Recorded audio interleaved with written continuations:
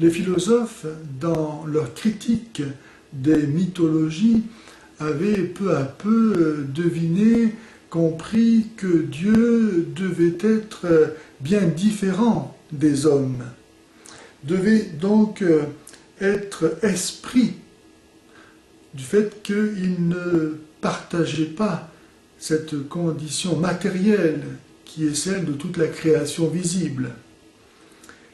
Et Jésus, dans l'évangile de Jean, au chapitre 4 et au verset 24, dit à la Samaritaine, « Dieu est esprit ». Alors peut se poser la question de savoir pourquoi, dans la Sainte Trinité, l'une des personnes est appelée Esprit Saint. Si Dieu est esprit, si chaque personne est Dieu, si toutes sont donc esprits, pourquoi l'une d'entre elles devrait-elle sa spécificité, sa personnalité être désignée par le nom commun? Eh bien, il faut savoir que le mot « esprit », qui vient du mot hébreu « roi », signifie « souffle », et que ce souffle donne deux interprétations possibles. Le souffle, le vent, en ce qu'il est informe, indéterminé et immatériel, et ce qu'il y a de plus approprié pour désigner Dieu qui, justement, étant immatériel et esprit. Le souffle, le vent, va donc servir à dire Dieu en tant qu'il est immatériel. Dieu est esprit parce qu'il est immatériel. Mais le souffle, le vent, est encore un mouvement, une force qui amène les odeurs, la chaleur, les pluies, les voix et parfois les cheminées lorsque la tempête souffle. C'est donc une force, une puissance. Et en ce sens, c'est le nom propre de l'Esprit Saint parce que précisément l'Esprit Saint est cette force, cette puissance, ce mouvement qui conduit le Père dans le Fils. Le Père aime le Fils, le Père s'exprime totalement dans une parole à qui il se donne totalement, en qui il se dit totalement, et qui est le Fils, au point qu'il est dans cette parole. Et le Fils en retour exprime totalement ce qu'est le Père, duquel il vient, en sorte qu'il est lui-même dans le Père. Jésus, Jean 14, 10, dit « Le Père est en moi et je suis dans le Père ». Le Saint-Esprit est donc ce mouvement, cette force.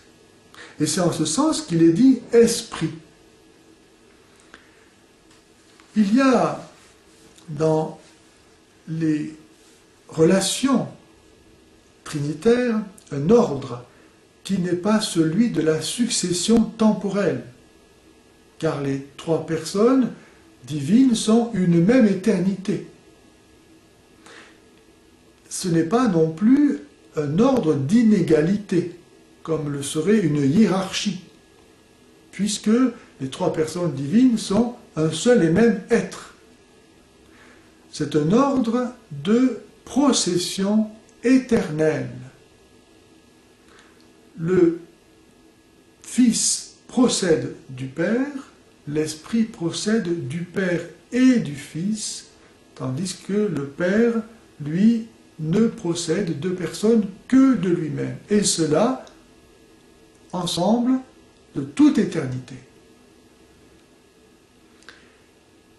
Le Seigneur est saint, Dieu est saint, et lui seul, parce que lui seul se possède lui-même, se connaît lui-même parfaitement, il est totalement différent de tout ce qui n'est pas lui, il est la joie absolue, le bien parfait possédé par l'amour infini.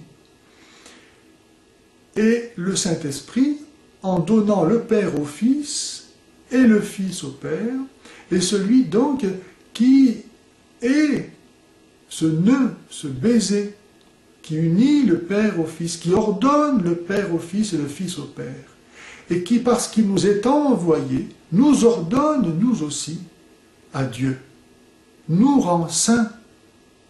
Dieu dit dans le livre du Lévitique, au chapitre 11, verset 45, « Soyez saints, parce que je suis saint. » Ou bien, Lévitique 20, verset 26, « Soyez-moi consacrés, parce que moi, le Seigneur, je suis saint. »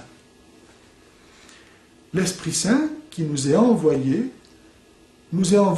pour nous ordonner à Dieu, et ainsi nous donner de participer à la sainteté même de Dieu. Voilà pourquoi il est appelé l'Esprit Saint.